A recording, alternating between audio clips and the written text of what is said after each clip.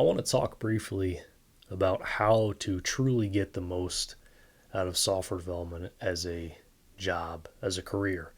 We use the word career to describe what in the world we do in life, right? And I think that there's a lot of buzzwords around the word or the concept of career. We know there's a lot of corporate jargon that's used to describe career and, your career path and your 5 year plan, all that stuff.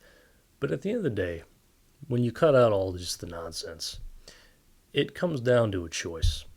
And I think the choice is that you gotta make the changes happen yourself.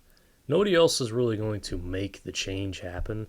And I think what that looks like in software development is that we're presented with a number of possibilities, right? We're presented with the fact that we're using this language. We have these work items that we're working on, right? But then we have this thing over here that exists. And that's what I call the research and experimentation part. And I think the only way to truly, I think, get the most out of this career is to always be pushing that boundary and propose new ideas and solutions and patterns and things like that. Because I feel like that's really where the work gets interesting, right? Because I really feel like you should challenge the status quo in terms of like asking the question, what did you hire me for? And see what the response is. Because software development covers so many different areas, and it's getting harder to really decipher what people are actually looking for when they're hiring. Are they looking for somebody to solve problems? Are they looking for somebody to just support and maintain? Are they looking for somebody to just attend meetings and configure things? Because those are three very different jobs. And sometimes, unfortunately, software development jobs that are posted uh, end up just being on-call support jobs. And that's not really what we studied to do.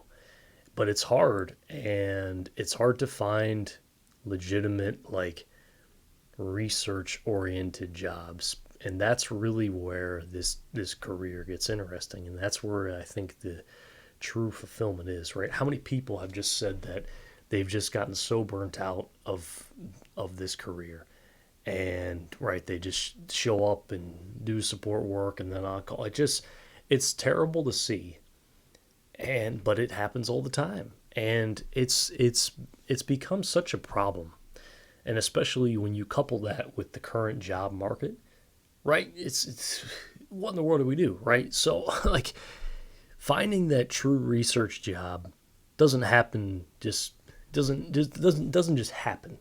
And if you already have a job, you got to make it be that way because it's so important. Because think about it. What did we study for? What did we put all the time reading books about? Why do we study system design if we don't use it? Why do we have to know these just off the wall algorithms if we never get a chance to implement them or change them or do literally anything with them?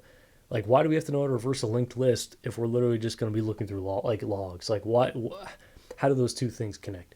That's where people's frustration is, that the interview process doesn't match the actual work. What in the world? So this is so important, but it takes a number of uncomfortable conversations to have, right? Because I think at the end of the day, we have to say, what were we hired to do? What were we hired to do? Are we here to solve problems and push push the boundary here, like make progress, or are we here to just support? And support is not the same thing, but it's a difficult conversation to have, right? Let's say let's go in the shoes of, like, you're the hiring manager, and you're doing an interview, right? You're interviewing a person. Let's say they're a senior developer, senior engineer, whatever the title you have listed on your job. And you're talking to them, you're understanding their experience, you're asking them questions, maybe you're asking them algorithm questions, maybe you're asking them system design questions, whatever it is. What if you're the hiring manager, you know that at the end of the day, it's your responsibility to make sure that the system works, right? That's just how things function, right? That's just how things operate. And so you're looking at this person to say, okay, they're going to provide some level of support to the system. But if you're the hiring manager, where it gets uncomfortable is if they begin to ask you what problems are there that need to be solved. And I would really suggest that if you're thinking about, applying for a job and having these types of conversations, maybe at your present job, I would be seriously begin to ask what problems need solved, and do we really want them solved? Because sometimes problems exist, but nobody really wants them solved.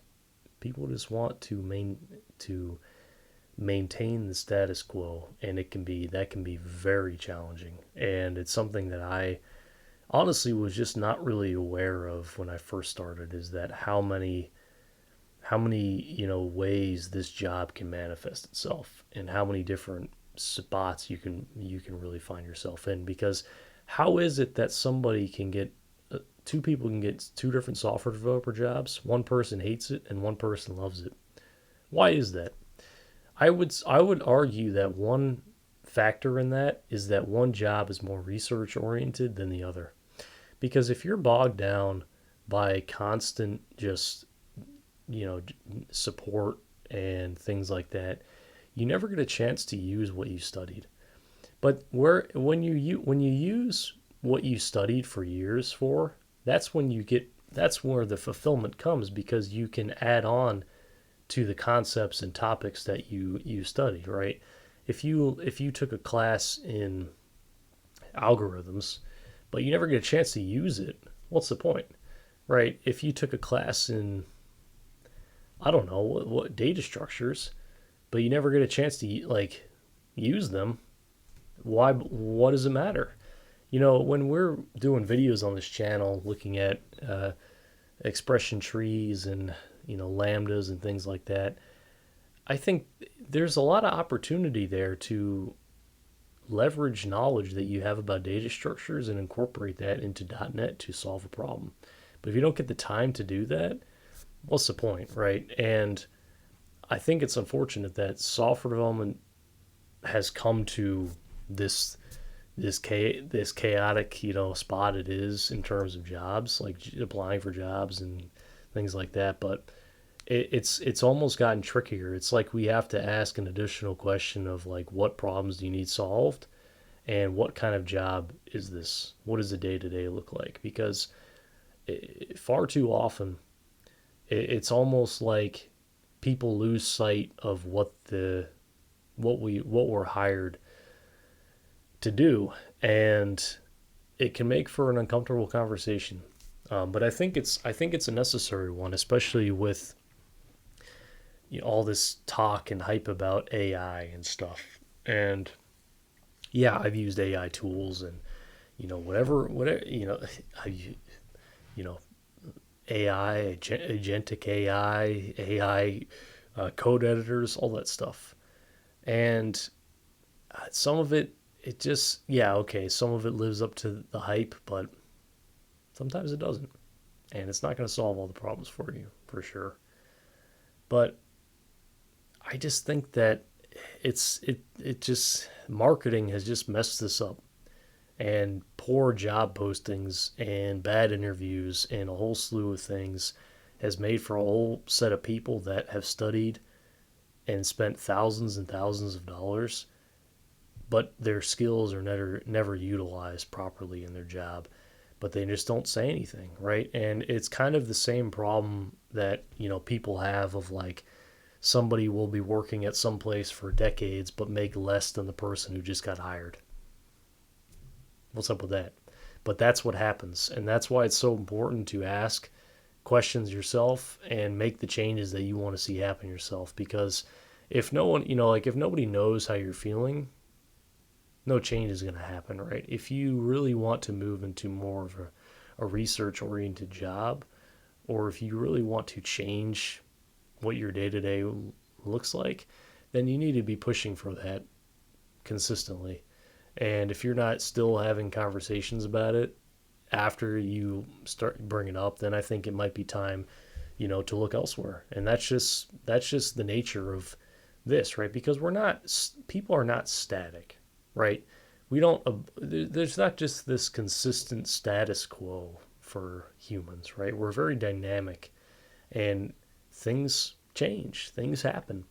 But we spend thousands, I mean, education costs alone in the US, people spend hundreds of thousands of dollars in education, but yet we go to these jobs that don't, that it's like it doesn't even matter.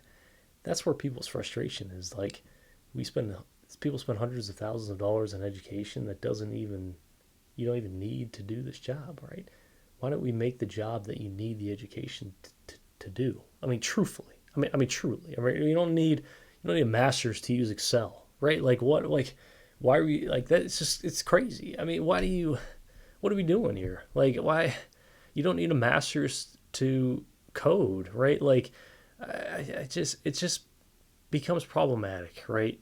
If you do have a master's degree, you probably know a lot, and you need to be using those skills properly in your job, but in a way that's meaningful, right? Not just like just combing through logs like you. It just it's problematic, and I can understand younger generation's frustration with costs and education requirements and all these just bogus requirements that don't line up to what's actually being done in the job, because it's like, well, how did we get to this point, right? Like, what? It's crazy. I don't know, but thank you all for watching. I'll see you in the next one.